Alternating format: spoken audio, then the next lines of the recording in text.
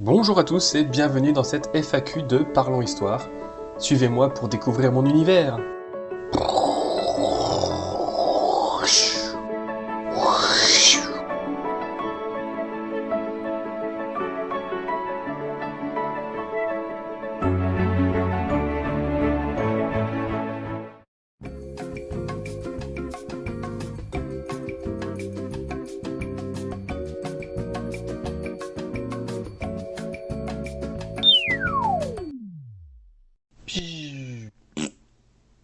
Ah, nous voici dans l'univers de ma chaîne et chaque petite comète correspond à l'une de vos questions. Commençons par celle-ci.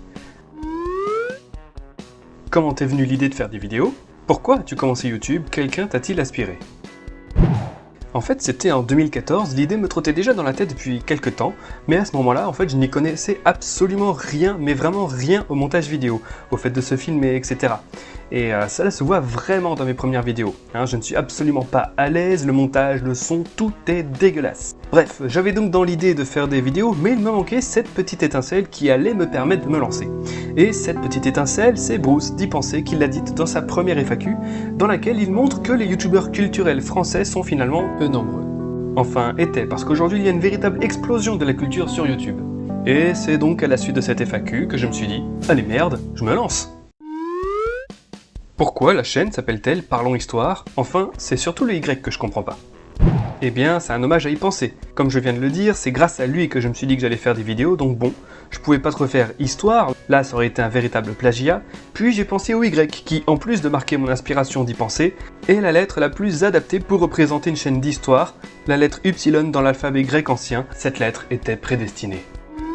D'où vient l'inspiration, les idées pour les thèmes que tu traites dans tes vidéos, et je traiterai le reste des questions plus tard. Alors mon inspiration vient principalement de deux sources. D'une part, j'adore l'application Se coucher moins bête, que je regarde très souvent et qui est très intéressante, on apprend vraiment des choses incroyables, et si donc une anecdote me plaît et qu'il y a matière à faire une vidéo, je me la note et c'est parti. Mon autre inspiration, c'est l'actu, tout simplement. Lorsque je vois un article sur un sujet qui m'intéresse, je me demande si je peux en faire une vidéo, si ça peut intéresser les gens, ce que ça peut donner, comment je peux l'illustrer. Bref, en gros, je parcours internet, et si un sujet me plaît et que c'est réalisable et intéressant pour tout le monde, je me lance dans la rédaction du script. Aurons-nous prochainement de l'éducation civique comme thème de vidéo et des vlogs? Alors, éducation civique, ce n'est pas vraiment prévu au programme, d'autant plus que depuis la rentrée 2015, l'éducation civique n'existe plus, mais c'est l'enseignement moral et civique. Mais je ne dis pas non à des potentielles évolutions de la chaîne. Quant au vlog, c'est non. Tout simplement parce que je ne pense pas que ça intéresse grand monde ici, vous êtes là pour l'histoire, pour la géographie, pas pour ma vie, et à ce propos, je pense que la FAQ suffit amplement. Tes élèves sont-ils au courant que tu fais des vidéos sur YouTube? Oui, et une majorité aime bien, mais après c'est peut-être une tentative désespérée afin d'avoir une bonne note, je sais pas. Tu filmes avec quel matériel? Sinon super tes vidéos. Alors déjà merci, donc je filme avec un Lumix FZ1000, mon micro est un Audio Technica ATR 3350, et au niveau de la lumière ce sont des spots de chantier devant lesquels j'ai placé du papier sulfurisé afin de répartir la lumière. Que penses-tu de la relation que tu entretiens avec tes abonnés? J'adore ma communauté, sur les réseaux sociaux les gens sont actifs et réagissent. Dans les commentaires des vidéos, j'ai beaucoup de gens qui complètent, qui corrigent ce que j'ai pu dire, et ça c'est génial. J'ai même eu l'occasion de faire quelques rencontres abonnés sur Strasbourg, et j'ai adoré ça. Bref, j'adore mes abonnés. Tu feras une vidéo sur la libération de 1944? Pourquoi pas, je note. Qu'attends-tu à travers de ces vidéos? As-tu un big ou tu fais cela par plaisir? L'un n'empêche pas l'autre. Donc je sais pas trop ce qui est un big ici, mais je fais mes vidéos par plaisir, pour partager ma passion de l'histoire géo. Si un jour cela est possible, oui, j'aimerais en vivre et quitter l'enseignement, pourquoi pas, mais pour l'instant j'en suis très loin.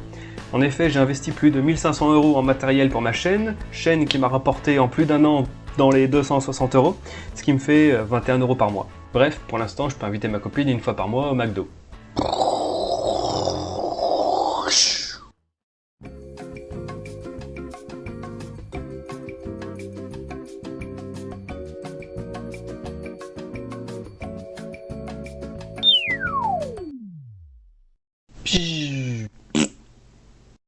Ah, nous voici dans l'univers YouTube. Comment vis-tu l'aventure YouTube? Que t'a-t-elle apporté humainement et professionnellement?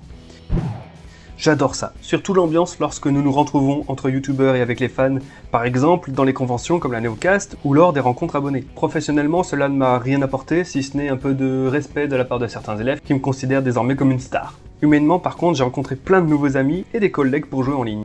Tes 3 youtubeurs préférés? Donc il m'est impossible de n'en prendre que 3. Évidemment Y-Penser qui a inspiré ma chaîne, mais aussi Datagle, Epic Teaching of the History, Horizon Gull, Kertanis, le Sense of Wonder, Nota Bene, Histoire Brève, Code Mu, Castor Modeur, La Trouche en biais, Confession d'Histoire, etc. Et j'oserais même rajouter Cyprien. Et alors, oui, j'apprécie particulièrement ces courts-métrages récents, ils sont très bien réalisés et la morale qui en découle est souvent très intéressante. Bon, il y en a d'autres et des tas, déjà que j'étais censé me limiter à 3.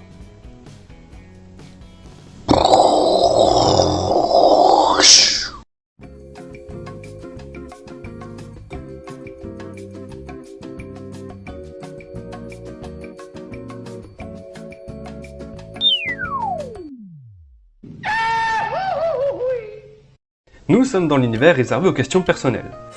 Quel genre de musique préfères-tu? Le pop-rock.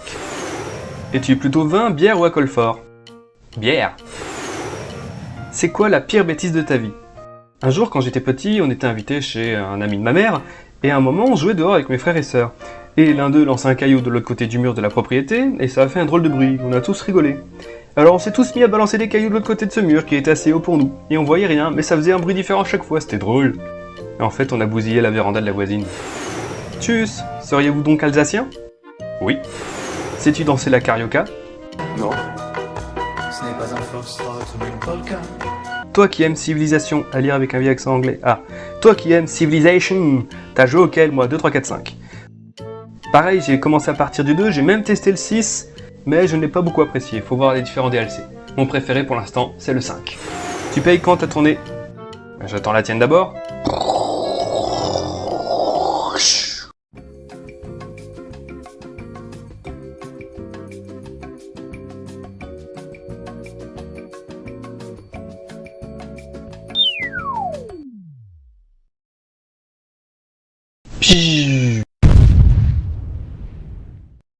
Nous sommes dans l'univers correspondant aux questions sur mon métier. Alors, c'est une question qui est revenue très souvent. Tu es prof, mais dans quel niveau? Quelles études as-tu fait pour en arriver là? Est-ce que tu as raté des diplômes avant de les avoir? Donc, à la sortie de cette vidéo, j'ai 29 ans, je peux enseigner en collège comme au lycée. Cette année, je suis en collège. Pour en arriver là, j'ai fait un bac L, puis une licence d'histoire. J'ai redoublé ma licence 3, puis j'ai fait un master histoire et enfin un master enseignement. Cette année, je fête ma 4e rentrée déjà. Qu'est-ce qui t'a donné envie d'être prof? Rien. J'ai fait ça par défaut en fait. L'histoire géo, c'est ce que je réussissais mieux au lycée, mais maintenant j'aime beaucoup ce que je fais. C'est une bonne situation, prof? Te plais-tu dans ce travail? Donc je me plais, mais ce n'est absolument pas une bonne situation. J'ai un bac plus 5, au début de la carrière, on est à peine au-dessus du salaire minimum. Et le pire en fait, c'est ce que les gens croient. Oui, les profs, vous êtes toujours en vacances. Vous, votre métier s'arrête quand vous quittez le boulot. Nous, jamais. Tu dois préparer les cours chez toi, tu corriges chez toi. Et vous croyez vraiment que tout ça, ça se fait en une soirée? J'ai calculé en une semaine une fois. En nombre d'heures travaillées, au total, j'étais à 67 heures de travail par semaine pour mon métier, pour 1 200 € par mois. Donc non, prof, ce n'est pas une bonne situation. Et le pire, ce sont les gens qui pensent réussir mon métier mieux que moi, en me donnant des conseils, en me disant quoi faire. Mesdames, messieurs, je ne viens pas vous dire comment faire votre travail, laissez-moi faire le mien. En fait, le gros problème dans ce métier, c'est qu'il y a très peu de reconnaissance. Donc oui, je suis assez négatif, mais c'est ce que je ressens. Malgré cela, j'aime beaucoup enseigner, être au contact des jeunes et voir leurs yeux briller lorsqu'ils comprennent et qu'ils s'intéressent à ce que je dis. Ça, c'est vraiment génial, et pour rien au monde je les changerai.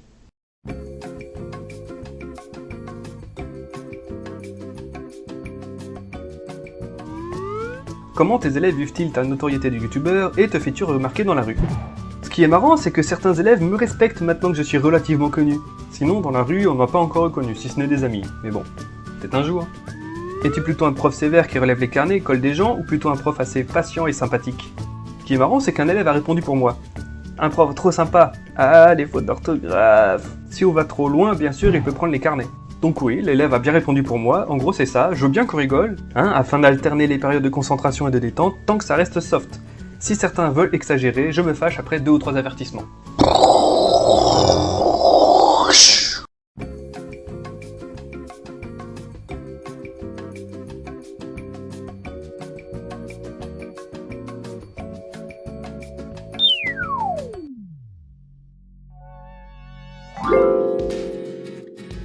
Voici donc le dernier univers, l'histoire.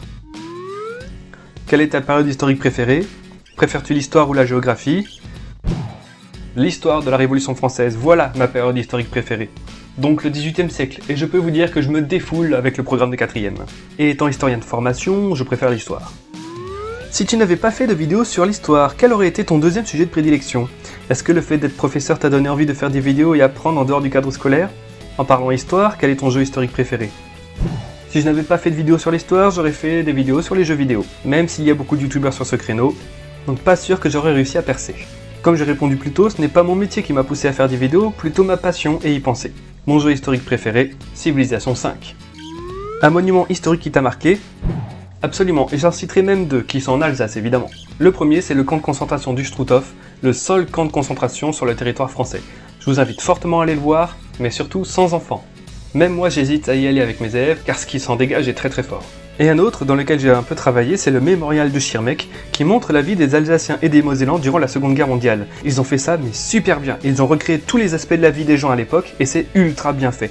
Par exemple, en 1939, toute la frontière a été évacuée, donc ils ont carrément reproduit un train, ils ont reproduit aussi la ligne Maginot, bref, si vous avez l'occasion, allez-y, c'est flippant tellement c'est réaliste.